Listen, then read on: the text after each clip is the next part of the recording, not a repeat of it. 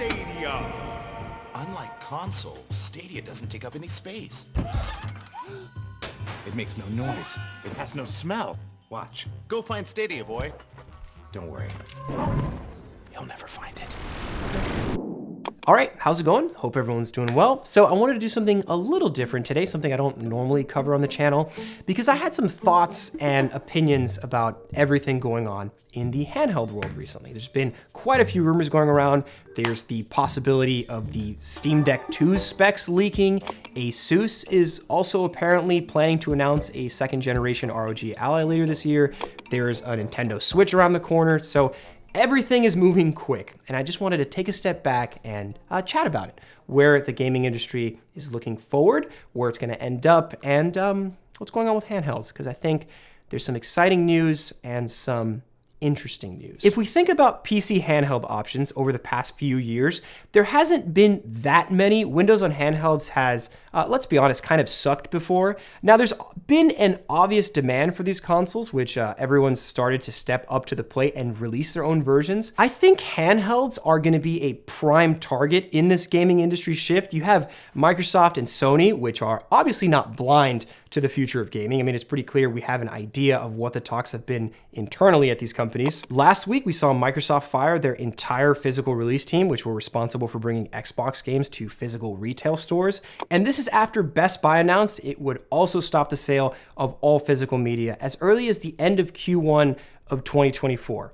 Ubisoft's director of subscriptions was quoted saying, gamers need to start feeling comfortable with not owning the games they're playing.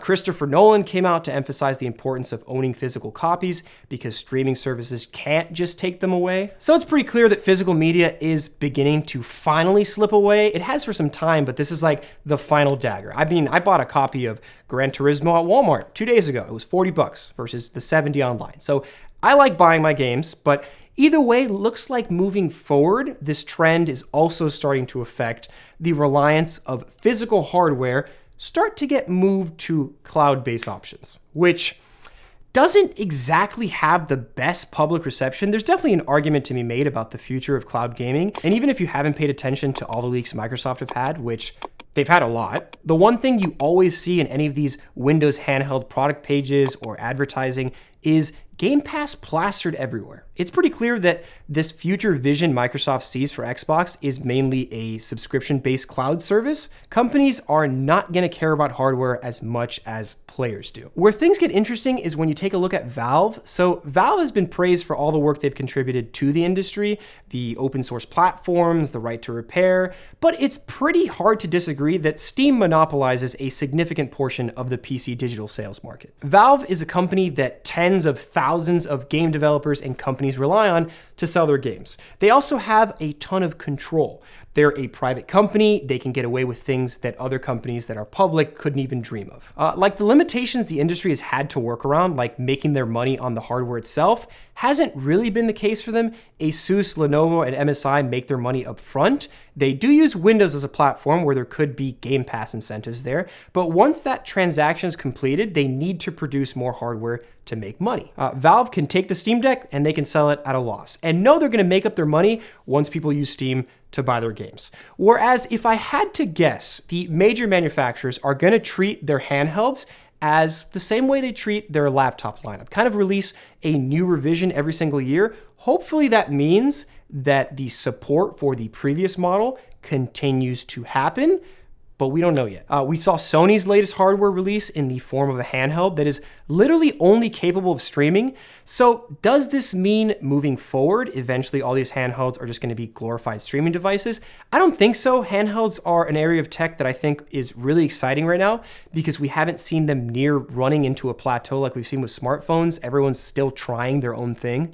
There's still a lot of compromises with handhelds. Like bringing your games on the go comes with compromises. I think we're going to see a lot of companies enter this industry, step up to the plate. Some of them are going to hit home runs and some of them are going to strike out. Valve has the advantage of using custom-made hardware and their own Linux-based OS, which they've put a ton of work into, and that's going to give them an optimization edge. You want as much custom-tailored hardware for your product as possible because handhelds have to deal with the struggles of mobile computing, which you gotta maintain performance, you gotta manage to do it with good battery life, keep it lightweight, keep it cool, and do it all at an affordable price, which is a pretty tough task. We're not at a peak technologically, but asking for revolutionary innovations all the time isn't realistic, which is part of the reason why Valve does what they do. They know how far to push it before they start jeopardizing the whole experience. Now, as for the leaks, probably something that you shouldn't put most of your time into.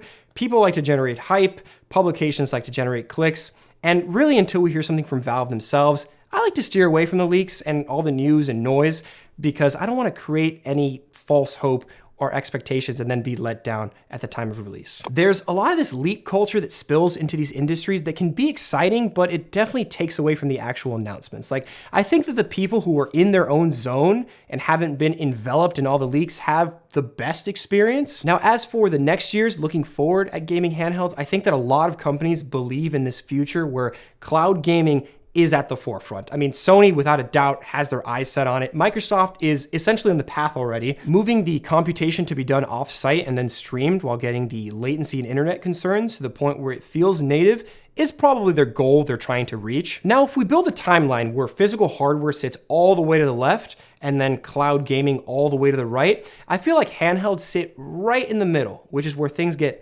kind of interesting. Despite the downsides and all the concerns of this Black Mirror world, these devices can mix both worlds into one platform. Who knows, maybe someday in the future we'll see something completely different. Cloud gaming is not my favorite option now by any means. I mean, I use it once in a while, but like I like having my own hardware and streaming from my own hardware. It just seems like this is the direction that we're headed towards and seems like we're gonna get there pretty soon. So that's about it. Just kind of my thoughts for handhelds and the gaming industry at the beginning of 2024. So please drop your thoughts down below. I would love to see them. I'm probably gonna see like every comment in this video and we'll go from there. So huge thanks for watching and I'll catch you guys in the next one.